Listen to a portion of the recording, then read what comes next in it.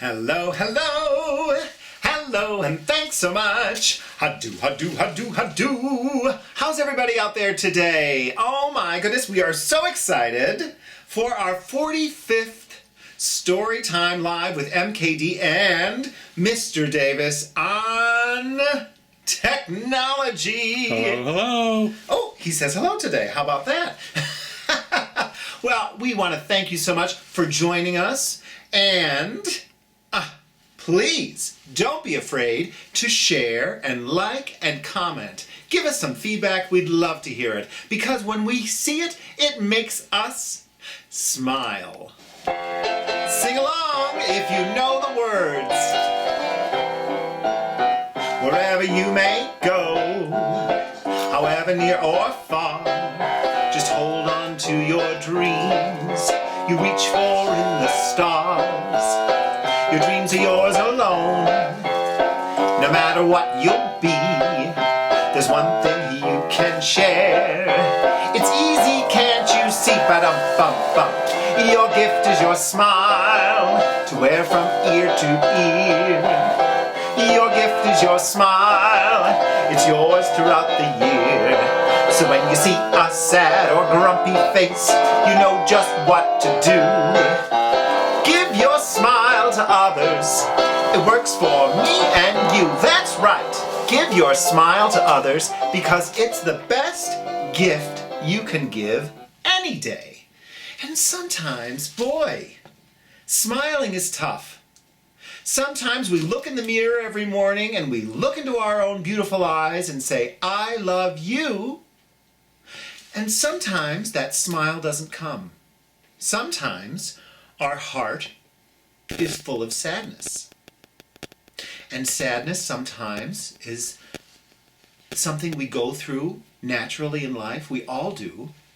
Most especially when we lose something or someone we love. Have you lost a grandparent or another family member or a pet and they've gone to heaven? I think of my family members and friends that have gone to heaven as butterflies. So today I'm dressed as a butterfly, because when you see those butterflies or birds or other beautiful things in nature, maybe that's a hello from someone in heaven. And recently, the drag community has lost some beautiful, beautiful performers who are now angels. People who I met and performed with and loved. Sugar Pie, Coco, Lady Red, and most recently Chi Chi DeVane. Angels now for us. But you have angels too, and we can keep those angels alive by sharing stories and memories and looking for their spirit in the good in life and in nature. So today, I thought this book was perfect. It's called Ida Always. Here we go.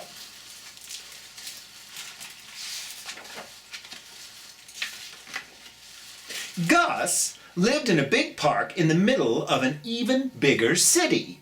Buildings grew around him and shifted the shape of the sky. Zookeepers poked in and out. Visitors came and went.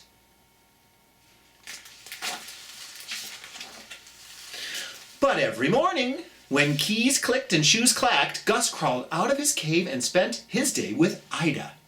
Ida was right there, always. When Gus tossed the ball, Ida was there to catch it. And when Gus splashed the water, Ida was there to splash with him right back. They chased and raced until school bells rang. Best friends, I think. Then the two friends flopped onto their favorite rock while the city pulsed around them. I wish I could see it, Gus sighed.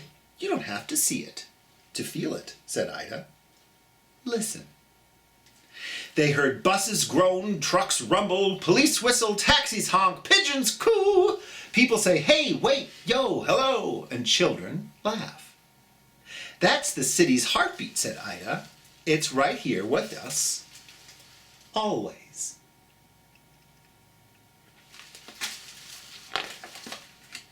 When the sky grew dark, Gus and Ida waved goodnight and crawled off to their caves. With the subways humming underground, they added their snores to the sounds of the city. Every day was always the same. Until one morning, when keys clicked and shoes clacked, Gus crawled out.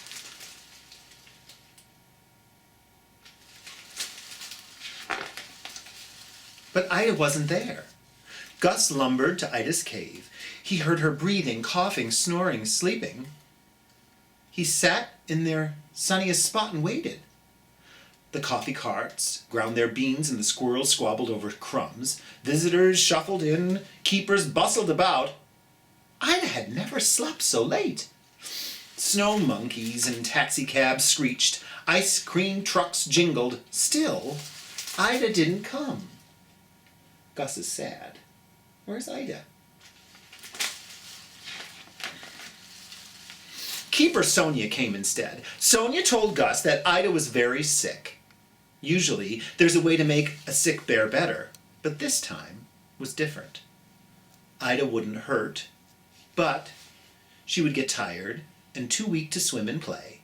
Then one day, when her body stopped working, Ida would die. Sonia's voice was soft.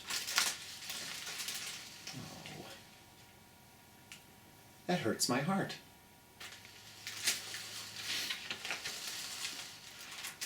But the words felt rough to Gus.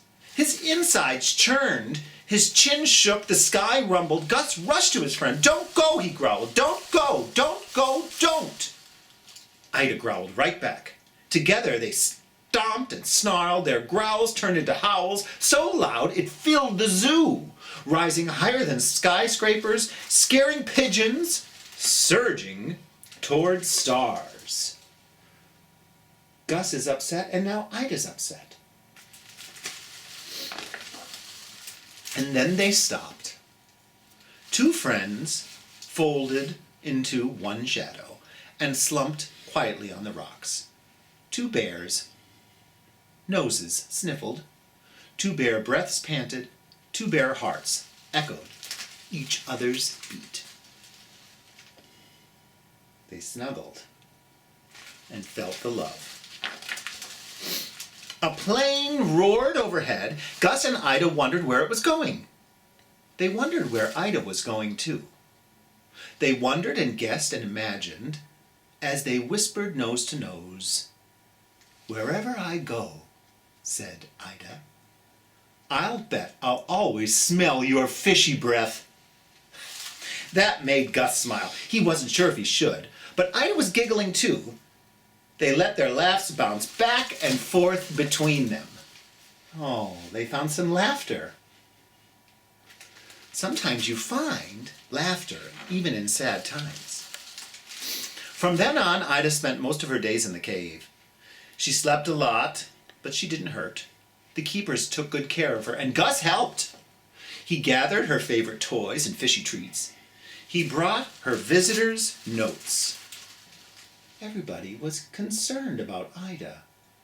They sent her notes. That's a nice thing you can do. There were growling days and laughing days, and days that mixed them up. They found time for snuggles. Sometimes Ida needed a moment alone, and sometimes Gus did too. That's okay, right? Sometimes it's all right to find some alone time. But at the end of each day, Gus always told Ida, "I'll miss you," and Ida always told Gus, "I'll miss you too." They would cuddle until the sky grew dark and the lamps of the city clicked on. They would wave goodnight 1,000 times, then wave a few times more. I think they loved each other. Then one sunny day, when Gus smoothed her fur, Ida curled into quiet. Her eyes fluttered shut. and they didn't open anymore. Gus pressed one last pat into Ida's paw. The paper shared the news. The city cried for days. The zoo was filled with goodbyes. Oh my goodness.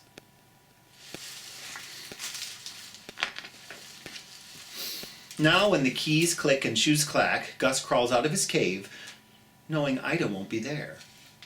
He dives and swims alone, and he eats his lunch with Sonia. They roll Ida's favorite yellow ball around.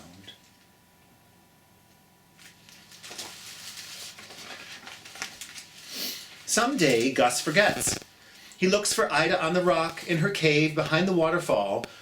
When he remembers she isn't there, he rests in the shadows. But even in the shadows, the sounds of the city reach him.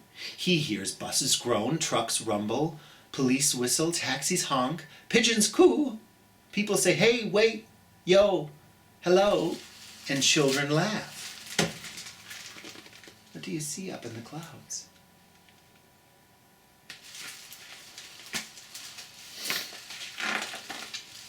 Gus smiles. He steps into the spot where Ida liked to soak into the sun. He listens to their city pulsing around him, and he remembers that Ida said, you don't have to see it to feel it. The sidewalk taps and the street hums, and Gus's heart beats. He feels her love, even though she's not there. And Ida is right there. Always. Isn't that beautiful? It makes me start to cry a little because I remember when my mother passed away, she said to me, Eddie, Mrs. Kasha Davis, always remember, I'm always in your heart. I love you to the moon and back. And now I can feel her presence in a butterfly, or in a sunset, or in a wonderful memory. And we can celebrate those that we have lost that same way too. Well, now that we started to get a little bit teary-eyed and think about those that we loved, maybe we can remember the times that we laughed together, and we can tell some silly jokes, some corny jokes, and Mr. Davis has picked out a few for us today. Here we go. Why is corn such a good listener? Because it's all ears. Why did the cookie go to the doctor? Because it felt crummy. Why do seagulls fly over the sea? Because if they flew over the bay, they would be bagels. Oh my gosh. Well, one last thing, because you know I love to hear from our pal Grover. And what does he have to say? Mr. Davis, you tell me when to stop. Ready? Stop. Physics 101 really is important. It's a long cartoon, but you can see it looks like he figured out how to get the cookies. Well, I hope you figure out how to get cookies today and have a wonderful day. And remember to smile.